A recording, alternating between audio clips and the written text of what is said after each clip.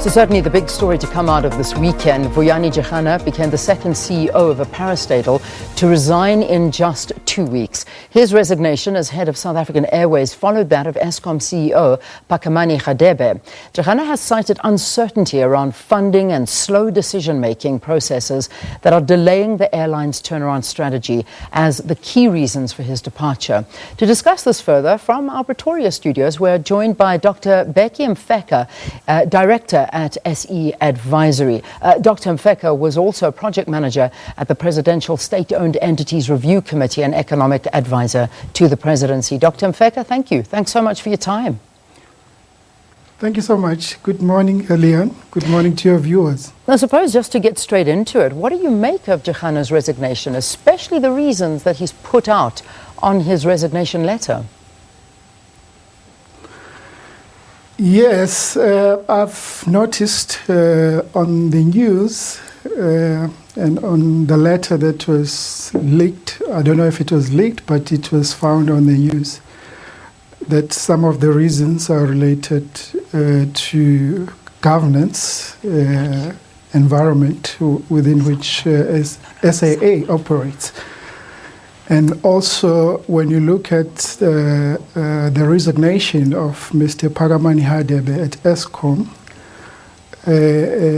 we've heard also on the news that the reasons are surrounding the governance environment and the pressures that Eskom find itself in. So the repercussions, obviously there are going to be repercussions now for the airline due to his resignation. What do you think they are? Well, I think, Leanne, you have to look at this issue in context. We've had a high turnover of CEOs in state-owned enterprises and also generally in the public sector. And that's the concern. Resignations on their own happen quite often in organizations.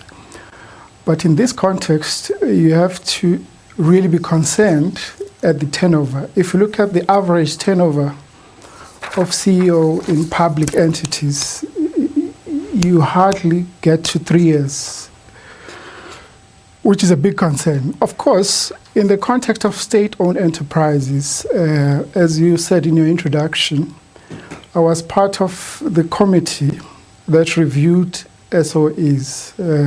I was project manager for research.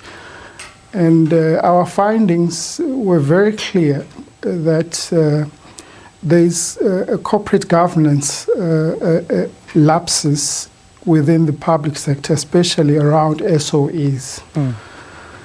And the biggest challenge is that SOEs are a different type of an organization or a company, which do not fully fit within the Companies Act or within the private sector corporate governance practices.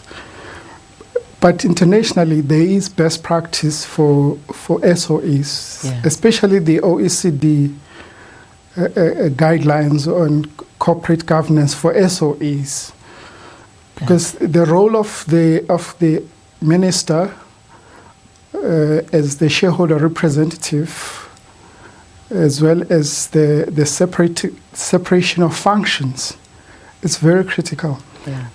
For SOEs. So that's the biggest challenge that we are facing.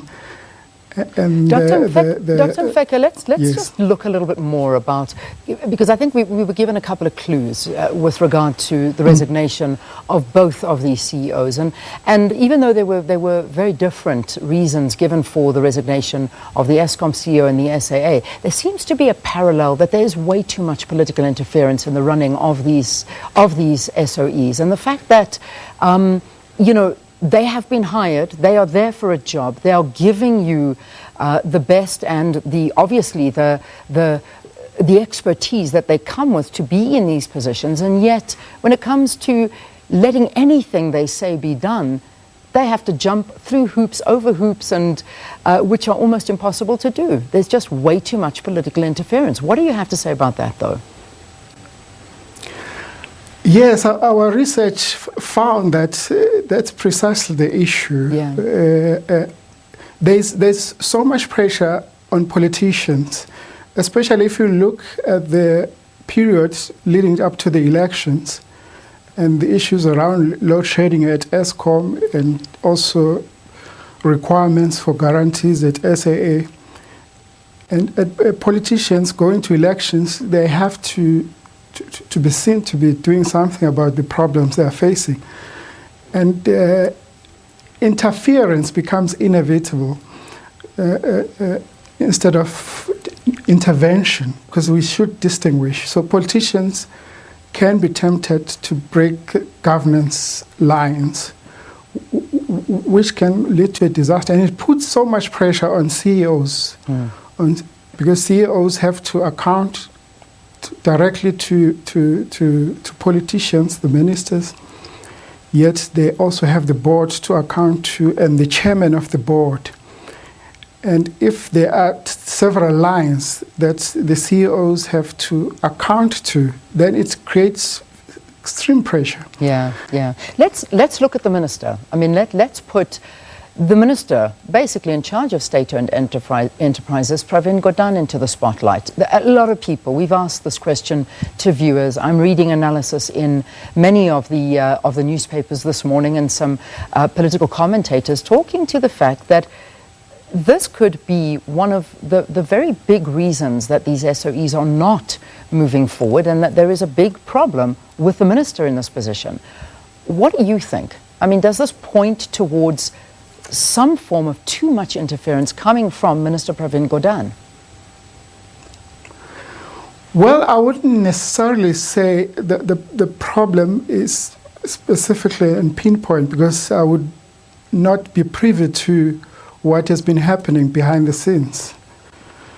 But there is an issue regarding the separation of functions, which we picked up in our review, that the most challenges that are prevalent in SOEs are relating to that. Yeah. And you must look at it in context, because from nomination of boards to recruitment of CEOs, if the interference starts there, then it's perpetual. And then when there's a change of a minister, you'll have a problem again, because the minister will not be happy with appointments that were done previously, especially at this juncture where we have a new cabinet.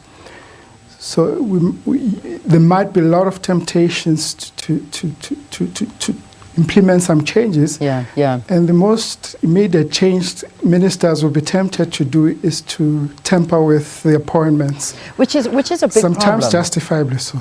Well, yes. It can be. And it certainly is a problem. I mean, when you heard what Jarana actually said, was that he gave this turnaround strategy, and he had said that the turnaround strategy must be that that SAA must remain in Treasury. It must remain under Treasury.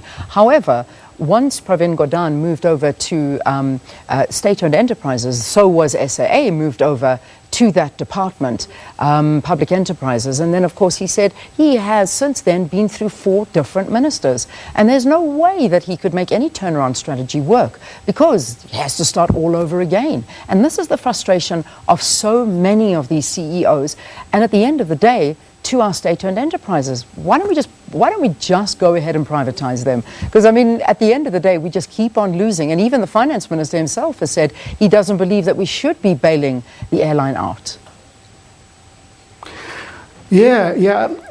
I think the reasons cited by the former CEO of SAA are quite justifiable, because when an entity is moved to SAA, to Treasury, it's like moving it to the ICU, because especially where the reasons are around financial management and requirements to strengthen the financials of an entity. So it's a logical approach to move that entity to Treasury.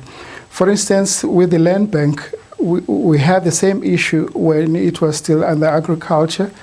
It had to be taken to Treasury, sort of an RCU approach where the Treasury will deal directly on issues of financial issues that are affecting the survival of the SOE. Mm-hmm. So it's quite a legitimate concern, because if you look at the lines of accountability from the oversight role of public enterprises and the role of Treasury, then it becomes difficult for the CEO of an SOE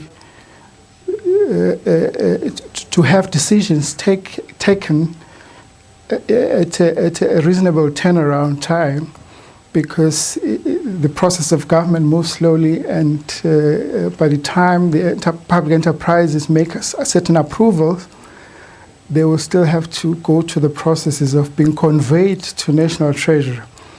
That is a serious concern for a company that is in ICU. Yeah, yeah. So I would think that that's a very legitimate concern. Yeah. You know, you look at what the turnaround on the strategy was with SAA. We look at the fact that it was, you know, spoken to, and Jarana came up, that it would be 3 separate entities. It would be domestic, it would be regional, and it would be international.